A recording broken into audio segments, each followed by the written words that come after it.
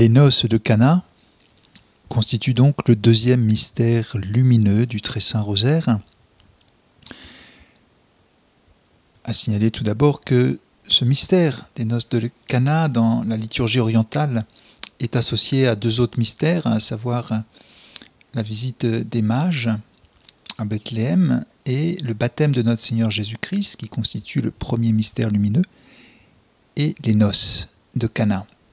Ils célèbrent ces trois mystères ensemble dans leur liturgie comme les trois théophanies, les trois manifestations de Dieu à titre tout à fait particulier.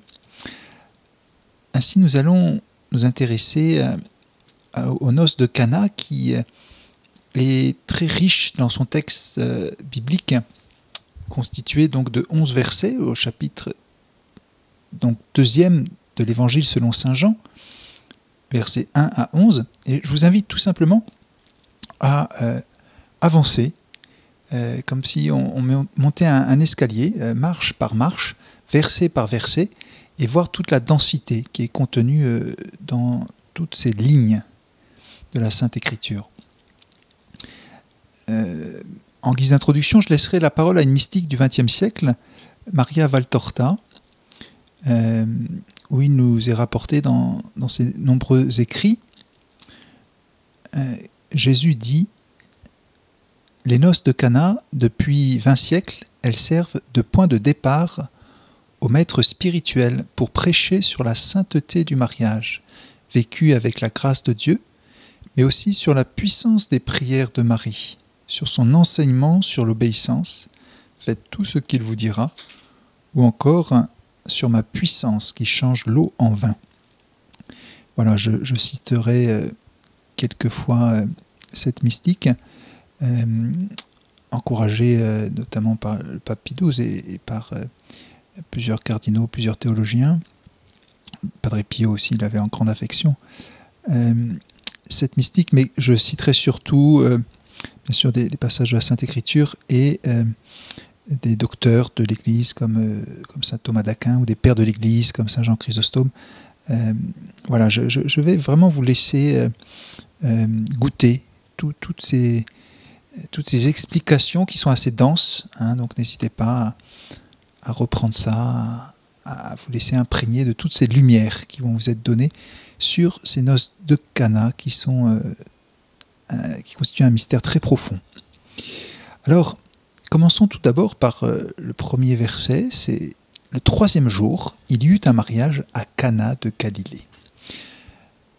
Cana, c'est un village quelque part entre Nazareth, Capharnaüm et Tibériade. Plusieurs localisations sont possibles. Et nous savons qu'à Cana, le Christ a guéri le fils d'un fonctionnaire. Et nous savons aussi qu'est originaire de Cana l'un des 12 apôtres, Nathanaël, dont la vocation est juste mentionnée avant le récit de Cana, Jean chapitre 1. Saint Jean ainsi précise que Cana est en Galilée, ce qui élargit considérablement la perspective, car la Galilée, traditionnellement, c'est le pays des païens, un carrefour de peuples, et Isaïe l'appelait le pays de l'ombre, la Galilée des nations. Dieu donc épouse l'humanité tout entière, et pas seulement quelques privilégiés. C'est déjà contenu dans le mystère de Cana, dans le mariage de Cana, dans les épousailles de Cana, en Galilée. Alors, intéressons-nous à cette petite expression temporelle, le 3e jour. Chez Valtorta, on lit le Christ qui lui dit 3 jours, 3 époques avant le festin de joie. La première va de la création du monde à la punition du déluge, la seconde du déluge à la mort de Moïse, la 3e de Josué à ma venue, à la fin du monde. À ma venue, premier avènement du Christ. Et encore 3 époques ou 3 jours, les 3 années de ma prédication avant le banquet pascal. Voilà, fin de citation. Je laisse la parole à saint Thomas d'Aquin, qui précise « Le 3e jour, il y eut des noces, c'est-à-dire le 3e jour après les événements qu'il vient de raconter au sujet de la vocation des disciples de Jean, qui durèrent 4 jours. Faire le compte de tous ces jours depuis le début, cela donne le 7e jour, l'évocation d'une semaine, d'un 7e jour qui renvoie toujours à l'achèvement de la création. Une tradition populaire dans le judaïsme voulait que les noces aient lieu de préférence le 3e jour, soit le mardi, en référence au 3e jour de la création, parce que ce jour-là, Dieu avait dit 2 fois que cela était bon, autrement dit une bénédiction pour le mari, une bénédiction pour la femme. Dieu appela la terre ferme, terre, et il appela la masse des eaux, mer, et Dieu vit que cela était bon, première fois. La terre produisit l'herbe, la plante qui porte sa semence selon son espèce, et l'arbre qui donne, selon son espèce, le fruit qui porte sa semence. Et Dieu vit que cela était bon. 2e fois, livre de la Genèse, chapitre 1, 10 et 12. Et aussi pour éviter de profaner le sabbat. Donc le mariage se faisait 3e jour, puisque la fête durait 3 à 4 jours. Donc il fallait que ça puisse finir avant le sabbat pour qu'il soit honoré. Quand on parle de 3e jour dans la Bible, on évoque l'ouverture d'une ère nouvelle, le début de la manifestation de la gloire de Dieu. Ainsi au Sinaï, Dieu manifesta sa gloire en donnant la loi, quand ? Le 3e jour. Le Seigneur dit encore à Moïse, « Va vers le peuple, sanctifie-le, aujourd'hui et demain, qu'ils lavent leurs vêtements pour être prêts le 3e jour. Car ce 3e jour, en présence de tout le peuple, le Seigneur descendra sur la montagne du Sinaï. » Du livre de l'Exode, chapitre 19. De même à Cana, le 3e jour, Jésus manifeste sa gloire en donnant un vin meilleur et surabondant, symbole de la bonne nouvelle. L'expression le 3e jour, c'est également utilisé pour la résurrection du Christ. Cette fois-ci, ça n'évoque pas le mardi, mais le 3e jour après sa mort, soit le dimanche. Première lettre aux Corinthiens, chapitre 15e, il est ressuscité le 3e jour, selon les Écritures. Le 3e jour, à elle toute seule, cette précision est certainement un message. Là encore, il ne s'agit pas d'une notation anecdotique pour remplir un journal de bord, mais d'une méditation théologique. La mémoire des disciples est à jamais marquée par un certain 3e jour, celui de la résurrection. Elle nous renvoie donc à l'autre bout, si j'ose dire, de la voie publique de Jésus, de la vie publique de Jésus, à la passion, la mort et la résurrection du Christ. Manière pour Saint Jean de nous dire, c'est là, et là seulement, que l'alliance de Dieu avec l'humanité sera définitivement scellée, ses noces célébrées. D'ailleurs, la dernière phrase, donc dans le récit des noces de Cana, « Il manifesta sa gloire » est aussi une allusion à la résurrection. Dans le prologue encore, Saint Jean disait « Le Verbe s'est fait chair et il a habité parmi nous et nous avons vu sa gloire. » C'est à Cana, justement, que les disciples ont vu la gloire de Jésus pour la première fois, en attendant la manifestation définitive de la gloire de Dieu sur le visage du Christ, mort et ressuscité. Voilà, on avance, donc, verset biblique, la mère de Jésus était là, verset 2e, Jésus aussi avait été invité aux noces avec ses disciples. La mère de Jésus était là, préfiguration de la création nouvelle, nouveau couple, nouvelle Ève et nouvel Adam. Jésus, nouvel Adam, Marie, nouvelle Ève, nouvelle alliance. Remarquons l'humilité du Christ, qui a été soulignée par saint Jean Chrysostome, je cite, « Le Sauveur est invité à ses noces, non pas comme un personnage considérable, mais simplement comme une connaissance ordinaire. » C'est ce que semble indiquer l'évangéliste en ajoutant « Et la mère de Jésus y était ». C'est-à-dire qu'ils invitèrent le Fils parce qu'ils avaient invité la mère. Et Jésus fut aussi convié aux noces avec ses disciples, nous dit le texte. En se rendant à cette invitation, il ne considère pas les intérêts de sa dignité, mais le bien qui peut en résulter pour nous. Il n'a pas dédaigné de prendre la forme d'esclave, il ne dédaigne pas davantage de se rendre aux noces de ses serviteurs. Alors lui, saint Thomas d'Aquin, dit la chose suivante, Jean commence en effet par dire « Et la mère de Jésus y était ». Il la mentionne la première, pour montrer que Jésus était encore inconnu et qu'il n'avait pas été invité aux noces comme une personne insigne, mais uniquement en raison de certaines relations amicales, comme une personne de connaissance, mais une parmi d'autres. Comme on avait invité la mère, on invita aussi le Fils. Le Christ voulut prendre part aux noces d'abord pour nous donner un exemple d'humilité, car il n'avait pas égard à sa propre dignité.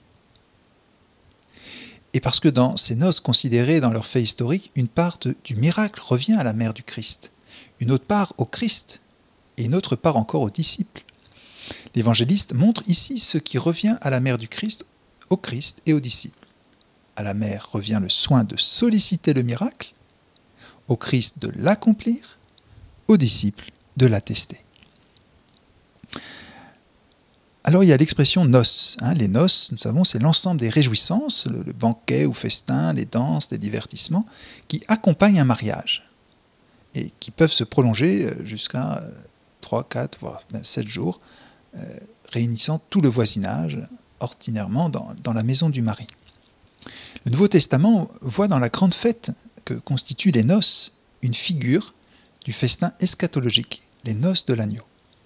Tous les hommes sont invités à y participer, ils ont le vêtement de noces. À Cana, c'est donc une préfiguration. Le Christ apporte le vin le meilleur pour la fête messianique définitive à venir.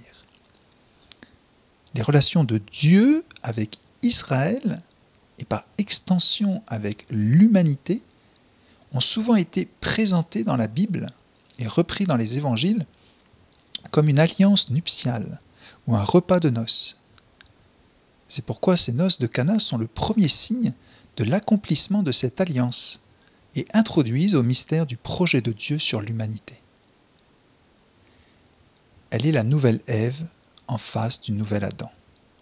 Elle représente l'Église et l'humanité fiancée au Christ. Sa mission est d'accomplir les noces de Dieu avec l'humanité. Voilà ce que dit saint Augustin. Qu'y a-t-il d'étonnant que le Fils de Dieu se soit rendu à ces noces, lui qui est venu dans le monde pour célébrer des noces toutes divines?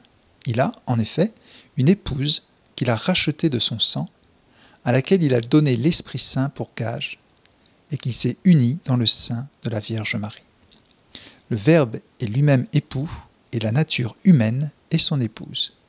Et l'un et l'autre forment un seul Fils de Dieu, comme un seul Fils de l'homme. Le sein de la Vierge Marie a été le lit nuptial, d'où il s'avance comme un époux qui sort de sa chambre nuptiale. Saint Thomas d'Aquin dit: le Christ, lui, y est présent à Cana en tant que véritable époux de l'âme. Comme le dit Jean-Baptiste, celui qui a l'épouse et l'époux. On continue, verset 3e, « Or on manqua de vin. » La mère de Jésus lui dit, « Ils n'ont pas de vin. » Le vin venant à manquer, cela veut dire que les invités risquaient donc de ne pas se réjouir en présence de Jésus, ce qui était inconcevable. Rappelons que dans la symbolique juive, le vin représente l'amour. Livre de Cantique, chapitre 7e, ou le bonheur, Qohélet, chapitre 10e, dans le lit, ou la sagesse divine, Siracide 24. Marie est présentée comme comédiatrice. Marie, figure de l'Église qui abreuve, qui allaite ses enfants.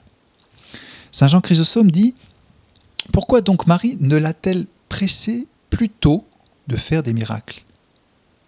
C'est qu'il commençait seulement alors sa vie publique.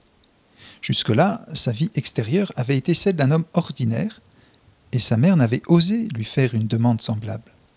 Mais dès qu'elle eut appris le témoignage que Jean lui avait rendu, Jean le Baptiste, et qu'elle l'eut vu entouré déjà de disciples, elle lui fait cette prière avec confiance. Commentant ces versets des noces de Cana, saint Bernardin de Sienne dit à propos de Marie, la mère de Jésus, elle interpelle son fils, se sentant l'avocate de tous, soucieuse de toutes nos misères, d'elle-même, elle intercède auprès de son fils. Saint Thomas d'Aquin. La mère du Christ a dans le miracle le rôle de médiatrice. C'est pourquoi elle accomplit deux choses. Elle adresse en premier lieu une demande pressante à son fils, puis elle donne des instructions au serviteur. Dans la demande pressante de la mère, remarquons d'abord sa bonté et sa miséricorde. Il appartient en effet à la miséricorde de regarder comme sienne l'indigence d'autrui. On appelle miséricordieux celui dont le cœur s'afflige du malheur d'autrui. Aussi, parce qu'elle était remplie de miséricorde, la bienheureuse Vierge voulut, elle, subvenir à l'indigence des autres, ce que l'évangéliste exprime ainsi. Le vin venant à manquer, la mère de Jésus lui dit « Ils n'ont plus de vin ». Considérons ensuite son amour respectueux à l'égard du Christ. Dans l'amour respectueux que nous avons envers Dieu, il nous faut simplement lui présenter notre indigence, suivant ce verset « Seigneur, tout mon désir est devant toi » psaume 37. De quelle manière Dieu nous viendra en aide? Il ne nous appartient pas de chercher à le savoir. Car comme dit l'apôtre, nous ne savons pas ce qu'il convient de demander dans nos prières. Romains 8. C'est pourquoi la mère de Jésus présenta uniquement au Christ l'indigence des autres en disant « Ils n'ont plus de vin ». Notons enfin la sollicitude et le zèle aimant de la Vierge, car elle n'attendit pas pour intervenir que la nécessité fût extrême, mais elle le fit, le vin venant à manquer. C'est-à-dire, comme il commençait à manquer, le Seigneur vient au secours du pauvre dans ses nécessités et au temps de l'affliction. Ainsi, Marie a imité Dieu.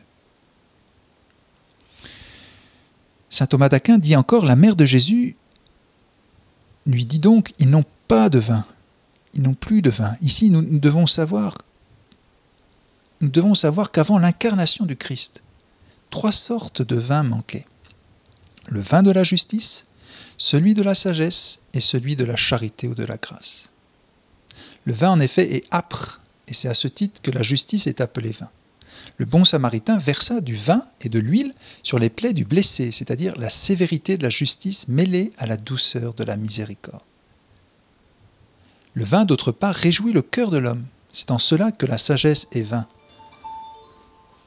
Car sa méditation rapporte la joie la plus vive. Sa société ne cause aucune amertume, ni son commerce aucun ennui, mais le consentement et la joie. Du livre de la sagesse, chapitre 8e. De même, le vin enivre. Amis, buvez, enivrez-vous, mes bien-aimés, pour cette raison, on dit de la charité qu'elle est un vin. J'ai bu mon vin avec mon lait. Cantique 5. Et la charité est encore dite vin en raison de l'ardeur et de la ferveur que celui-ci apporte. Certes, le vin de la justice manquait dans l'ancienne loi, sous laquelle la justice était imparfaite.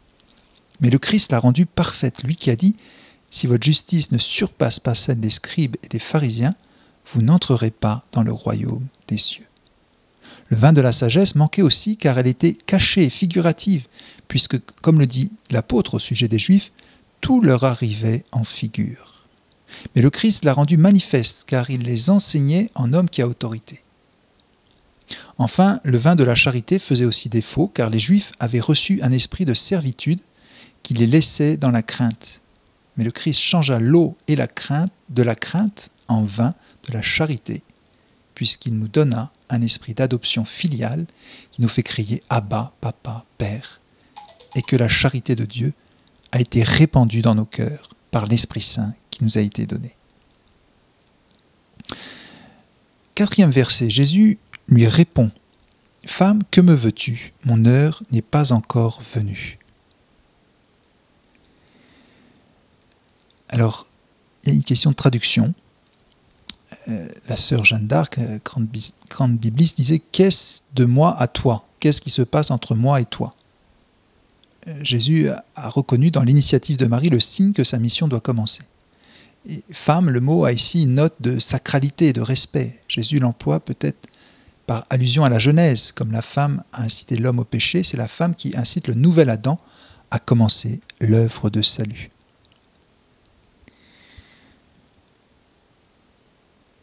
Saint Thomas d'Aquin, il y a en Jésus 2 natures, dit saint Augustin, la divine et l'humaine. Et bien que le même Christ soit dans les 2 natures, pourtant, ce qui lui convient selon la nature humaine est distinct de ce qui lui convient selon la nature divine.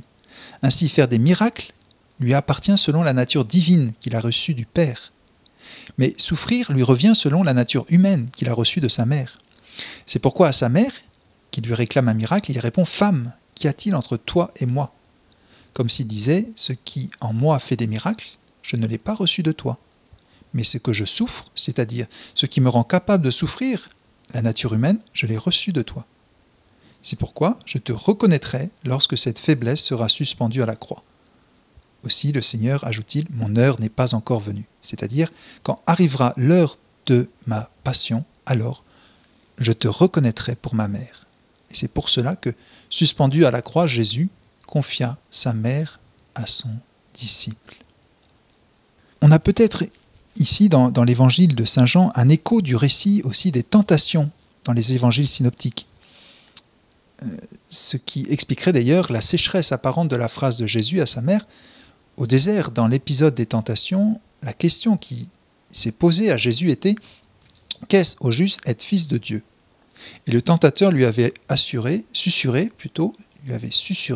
Si tu es vraiment le fils de Dieu, maintenant que tu as faim, ordonne que ces pierres deviennent du pain. » On remarquera une chose, quand il est seul au désert, Jésus refuse de faire les miracles que lui suggère le tentateur, car il en serait le seul bénéficiaire. À Cana, au contraire, Jésus multiplie le vin de la fête pour la joie des convives, ce qui revient à dire que le Fils de Dieu ne fait de miracles que pour le bonheur des hommes. 5e verset, sa mère dit à ceux qui servaient, « Tout ce qu'il vous dira, faites-le. » Saint Thomas d'Aquin. Mais ainsi rebutée, la mère de Jésus ne doute pourtant pas de la miséricorde de son Fils.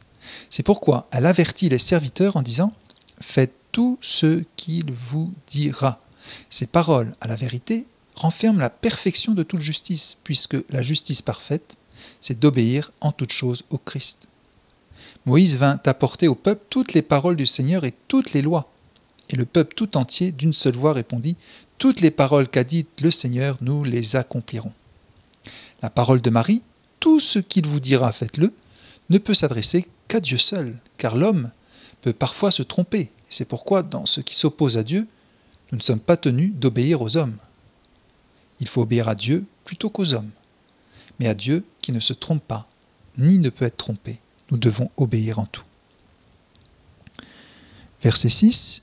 Or, il y avait là 6 jarres de pierre pour les purifications rituelles des Juifs. Chacune contenait 2 à 3 mesures.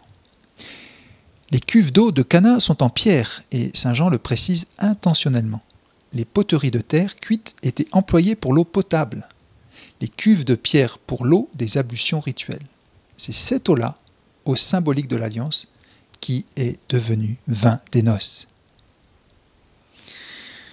Ces 6 jarres représentent les 6 jours de la création, qui a vocation à être transformée en une nouvelle création. On trouve ça chez les pères d'Église. Et la bienheureuse Catherine Emmerich dit aussi « Les 6 urnes bénites par Jésus font une allusion évidente à l'Eucharistie, d'où la grâce et la bénédiction découlent sur les 6 autres sacrements. » L'eau, cet élément vital sur terre, a vocation à être transformée en vin du royaume de Dieu. C'est l'eau de notre quotidien à transformer en le meilleur vin enivrant de l'Esprit Saint. La transformation de l'eau en vin à Cana est le signe que notre nature humaine est destinée à être unie à la divinité de celui qui a pris notre humanité, comme le rappelle la goutte d'eau mêlée au vin dans le calice à l'offertoire à la messe, vin qui deviendra sang du Christ à la messe, dans le sacrement de l'Alliance, quand son heure sera venue. La contenance énorme et irréaliste et la qualité du vin mentionné dans le texte de l'Évangile sont la marque des dons du Dieu infiniment bon et généreux au-delà de nos espérances. Verset 7, Jésus dit à ceux qui servaient « Remplissez d'eau les jarres » et ils les remplirent jusqu'au bord. Au 6e jour, Dieu avait achevé son œuvre par la création du couple humain à son image. Une jarre contient environ 100 litres. Au total, ça fait 600 litres. Quantité considérable. La fête messianique doit durer jusqu'à la fin des temps. Et c'est bien dit, jusqu'au bord, le côté toujours surabondant des dons de Dieu qui ne lésine pas avec ses créatures. Et on retrouve cette générosité notamment dans la multiplication des pains où il y a des restes.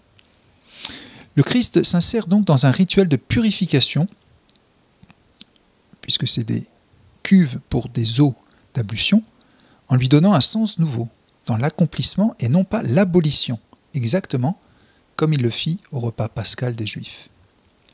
Sainte Thérèse de l'Enfant Jésus nous dit qu'il faut se présenter devant Dieu avec toute sa capacité. Il y a un point commun entre un dé à coudre et une jarre de 100 litres, c'est qu'ils peuvent être chacun plein à ras-bord. L'effort dans notre vie spirituelle sera d'être toujours plein avec cette capacité que le Seigneur nous donne d'augmenter notre capacité d'aimer. Cela demande des étirements progressifs. Il faut du temps, et ça fait mal parfois.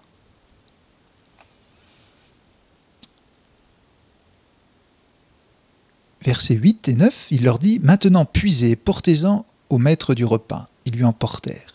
Et celui qui goûta l'eau changée en vin, il ne savait pas d'où venait ce vin.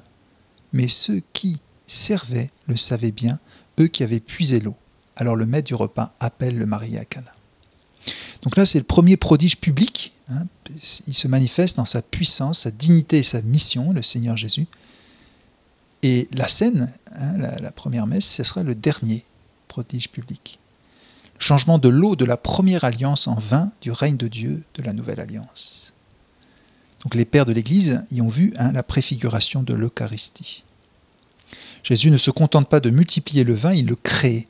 Comme au commencement de toute chose, le Verbe était tourné vers Dieu pour créer le monde. Une nouvelle étape s'inaugure à Cana. La création nouvelle a commencé. Une citation d'une homélie d'un évêque, Monseigneur Philippe Brizard. J'observe que ce vin provient de l'eau qui servait à la purification des Juifs. L'eau devenue vin, c'est la purification qui n'est plus liée à l'observance de la loi mosaïque, mais à l'évangile du Christ, à sa parole, dont le vin est l'image. Un message d'une telle nouveauté que Jésus dira un jour à vin nouveau, outre neuve. Avec quelle profusion donne-t-il ce vin ? La grâce est surabondante. La joie et le bonheur en Dieu sont au-delà de toute mesure. Dieu comble absolument. Le premier vin servi par l'époux venant à manquer, par eux-mêmes les hommes sont incapables de parvenir au bonheur en plénitude. C'est le véritable époux qu'est Jésus qui offre le vin nouveau et qui l'offre avec surabondance comme don ultime. 10e verset. Et lui dit, tout le monde sert le bon vin en premier et lorsque les gens ont bien bu, on apporte le moins bon. Mais toi, tu as gardé le bon vin jusqu'à maintenant.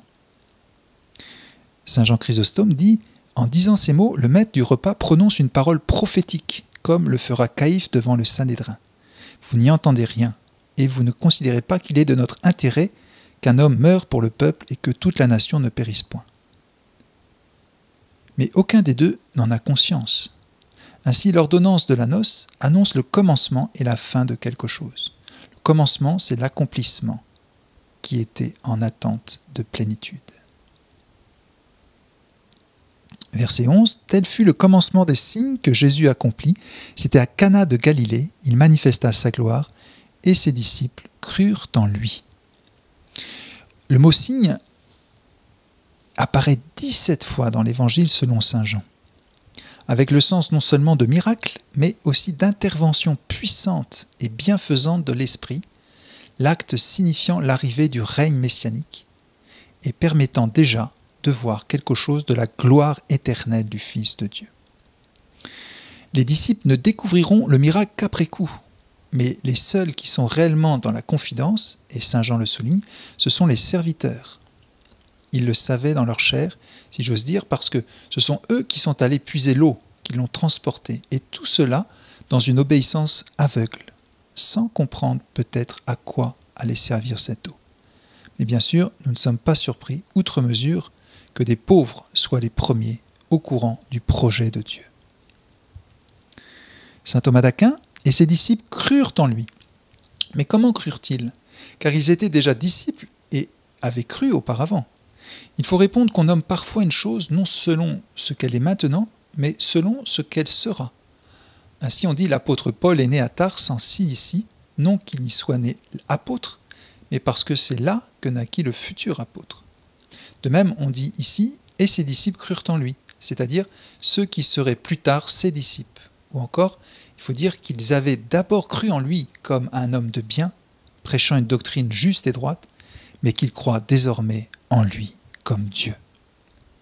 Et je finirai donc par le fait que les noces de Cana, comme je l'ai déjà dit, renvoient au mystère de l'Eucharistie. Bossuet disait « car on peut bien dire avec l'Église que le pain devient le corps », au même sens que Saint Jean a dit que l'eau fut faite vin aux noces de Cana en Galilée, c'est-à-dire par changement de l'un en l'autre. On peut dire pareillement que ce qui est peint en apparence est en effet le corps de notre Seigneur. Et le dernier mot se concentre sur la Vierge Marie, la nouvelle Ève. De même que par sa demande à Cana, Marie hâte l'heure du salut, de même, nous pouvons dire avec assurance qu'elle hâtera le second avènement de son Fils, si nous le lui demandons avec confiance. Maranatha.